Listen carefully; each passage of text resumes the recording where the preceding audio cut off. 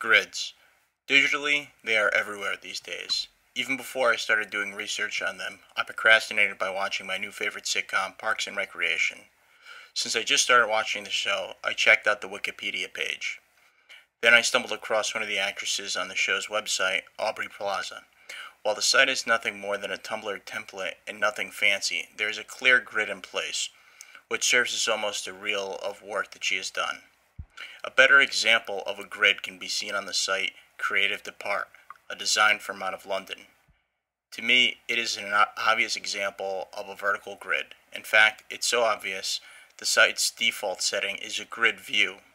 Even normal view still has a grid element to it, but in the grid view, all of the articles and blog posts are condensed to fit on your screen.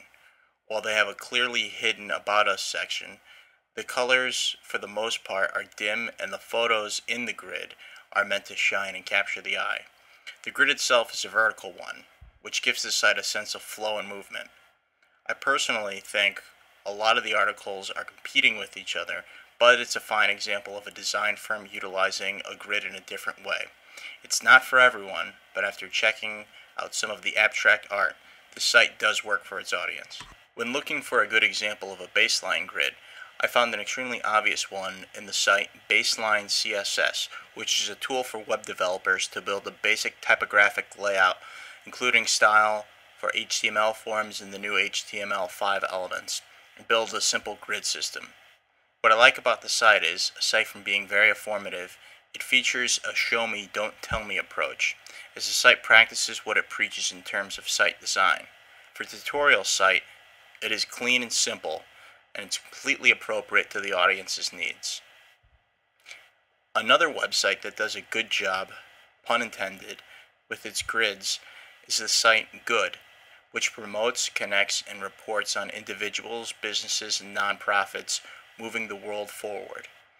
Aside from having a great baseline and vertical grid, it also has good hierarchy between the top stories and news stories on the side. I also like that the other sections on the left side of the page are color-coded, as to not interfere with the top row section like infographics, videos, and slideshows. I think it's totally appropriate to its audience and a great example of a multi-column grid. For the most part, the websites look identical to their mobile counterparts. Trying to find a website that didn't conform to a traditional grid was not an easy task. I find that Flash gives web developers some creative freedom from the restraints of traditional web design. A prime example of this is from the Western-style chain cafe, Cilantro. Particularly on its homepage, it's kind of difficult to try to extract any semblance of organization, at least in terms of the grid. I can kind of see a baseline, but it is not that obvious. The About Us page does have a bit more of a grid style to it, with a vertical grid. Does it work?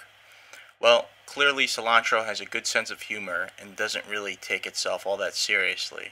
Unfortunately, because the site is so complex in terms of its Flash design, it's not all that viewable in various mobile devices I tried, and does take a bit to load even on a standard computer. If Cilantro is looking for an eclectic, niche audience, I think they found them with this website. While I've never been one to be a conformist, it's easy to see the value of utilizing a grid in web design. It's easier to manage and easier for your users to view. Feel free to comment, and thanks for watching.